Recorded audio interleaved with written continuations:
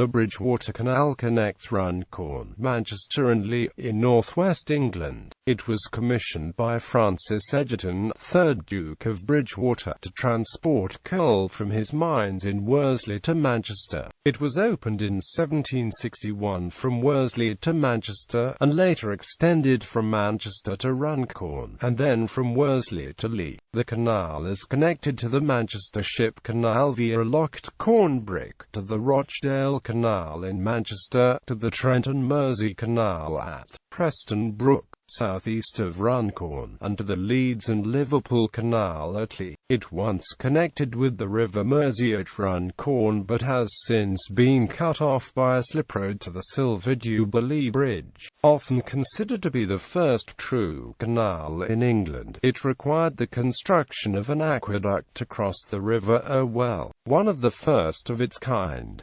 Its success helped inspire a period of intense canal building in Britain, known as Canal Mania. It later faced intense competition from the Liverpool and Manchester Railway and the Macclesfield Canal. Navigable throughout its history, it is one of the few canals in Britain not to have been nationalised, and remains privately owned. Pleasure craft now use the canal, which forms part of the Cheshire Ring network of canals. Design and construction. Francis Egerton, 3rd Duke of Bridgewater, owned some of the coal mines dug to supply North West England with fuel for the steam engines instrumental in powering England's industrial revolution. The Duke transported his coal along the Mersey and Irwell navigation and also by pack horse, but each method was inefficient and expensive. River transport was subject to the vagaries of river navigation, and the amount of coal pack horses could carry was limited by its relative weight. The Duke's underground mines also suffered from persistent flooding caused by the geology of the Middle Coal Measures, where the coal seam lies beneath a layer of permeable sandstone. Having visited the Canal-du-Midi in France and watched the construction of the Sankey Canal in England, the Duke's solution to these problems was to build an underground canal at Worsley, connected to a surface canal between Worsley and Salford. In addition to easing overland transport difficulties and providing drainage for his mines, an underground canal would provide a reliable source of water for the surface canal, and also eliminate the need to lift the coal to the surface.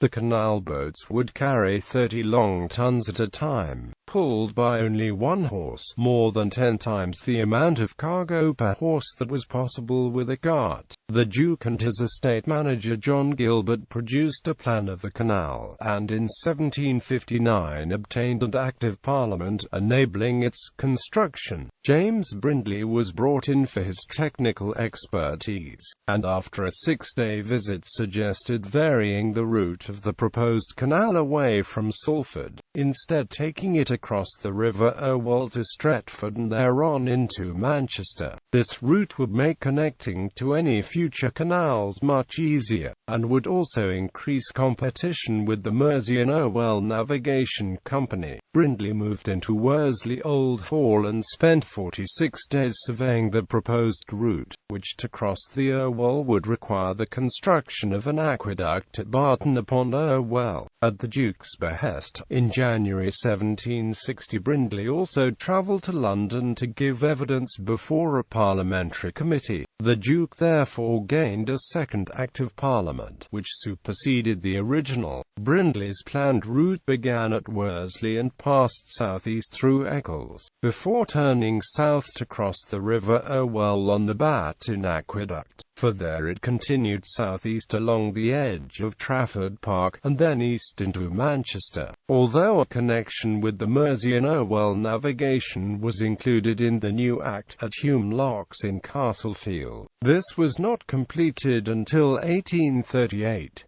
The terminus would be at Castlefield Basin, where the nearby River Medlock was to help supply the canal with water. Boats would unload the cargoes inside the Duke's purpose-built warehouse. There were no locks in Brindley's design, demonstrating his ability as a competent engineer. The Battin Aqueduct was built relatively quickly for the time. Work commenced in September 1760 and the first boat crossed on the 17th of July 1761. The Duke invested a large sum of money in the scheme. From Worsley to Manchester.It.'s construction cost £168,000, but its advantages over land and river transport meant that within a year of its opening in 1761, the price of coal in Manchester fell by about half. This success helped inspire a period of intense canal building, known as Canal Mania. Along with its stone aqueduct at Barton-upon-Irwell, the Bridgewater Canal was considered a major engineering achievement. One commentator read that when finished, will be the most extraordinary thing in the kingdom, if not in Europe. The boats in some places are to go underground, and in other places over a navigable river, without communicating with its waters. In addition to the Duke's warehouse at Manchester, more buildings were built by Brindley and extended to Allport Street. The warehouses were of timber-frame design, with load-bearing hand-made brick walls, supported on cast-iron posts. The Duke's warehouse was badly damaged by fire in 1789 but was rebuilt. Manchester to Runcorn extension. In September 1761, with his assistant Hugh Oldham, Brindley surveyed an extension from Longford Bridge to Hemstones, near Halton, Cheshire. He assisted in obtaining parliamentary approval for the Bridgewater Canal Extension Act of 1762, which allowed the construction of an extension to the canal from Manchester to the River Mersey at Runcorn. Despite objections from the Mersey and Irwell Navigation Company, royal assent was given on the 24th of March 1762. A junction waters meeting was created in Trafford Park, at which the new extension branched south through Stretford, Sale, Altrincham, Lymm and finally to Runcorn. In December 1761, Brindley undertook a survey of the route at Runcorn. His initial plan was to make the terminus at Hemstones, east of Runcorn Gap, but following a study of the tides and depth of water there, he decided instead to build the terminus west of Runcorn Gap. This change was designed to accommodate Mersey Flats, although the low fixed bridges required that traffic on the canal be able to lower or unship the masts. Runcorn Basin was almost 90 feet above the Mersey, so a flight of 10 locks, described as the wonder of the time, was built to connect the two. 9 locks had a fall of 2 meters, with a fall at the river lock of more than 6 meters at low water. It allowed vessels to enter and leave the canal on any tide. The connection to the Mersey was made on the 1st of January 1773. The river's tidal action tended to deposit silt around the lower entrance to the locks, so to counteract this a channel, equipped with gates at each end and known as the Duke's Gut, was cut through the marshes upriver from the locks. At high tide the gates were closed, and with the ebb of the tide were opened to release water, which scoured the silt from the entrance to the locks.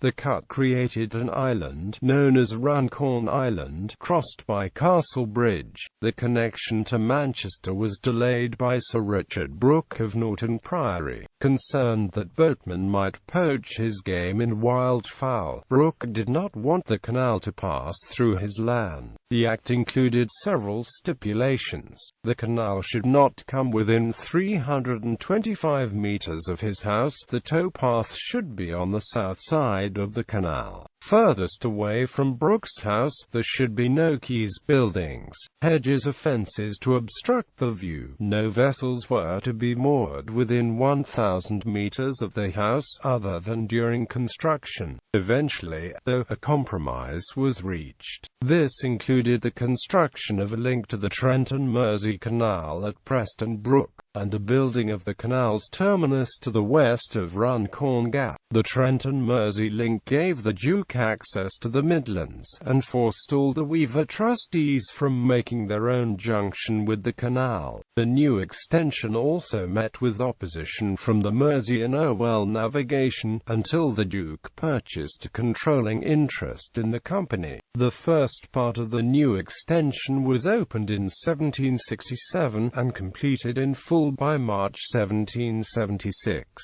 But Brindley did not live to see its completion. It was continued by his brother-in-law, Hugh Henschel. The total cost of the canal, from Worsley to Manchester and from Longford Bridge to the Mersey at Runcorn, was £220,000. Alongside the Mersey, the Duke built Runcorn Dock, several warehouses, and Bridgewater House, a temporary home from which he could supervise operations at the Runcorn end.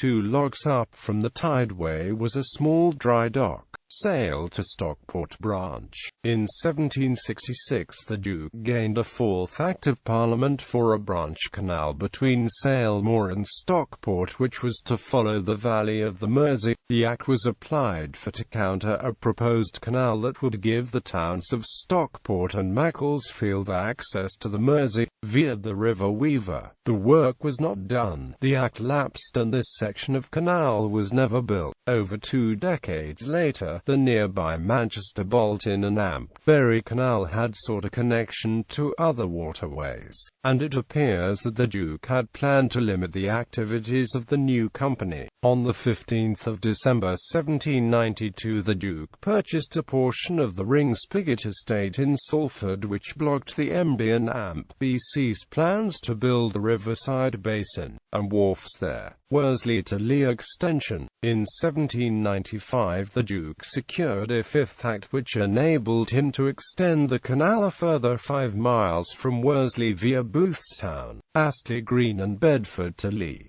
The new extension enabled the supply to Manchester of coal from Leigh and the surrounding districts. On the 21st of June 1819 an Act of Parliament was enacted to create a link between this extension and the Wigan branch of the Leeds and Liverpool Canal. Access to the canal brought about a rapid development in coal mining on the Manchester coalfield west of Worsley. Shaddock pits in the east of Tyldesley were connected to an underground level from Worsley. In 1820, to ease congestion at the Delph in Worsley, Shaddock pit was connected to the canal at Boothstown Basin by an underground canal. The Shaddock level, which ran in a northwest direction from the canal at Boothstown to the pit. Sometime after 1840 Samuel Jackson built a narrow-gauge tramroad worked by horses from his Gin Pit colliery to Marsland Green where he installed cranes and tippers to load barges at a wharf.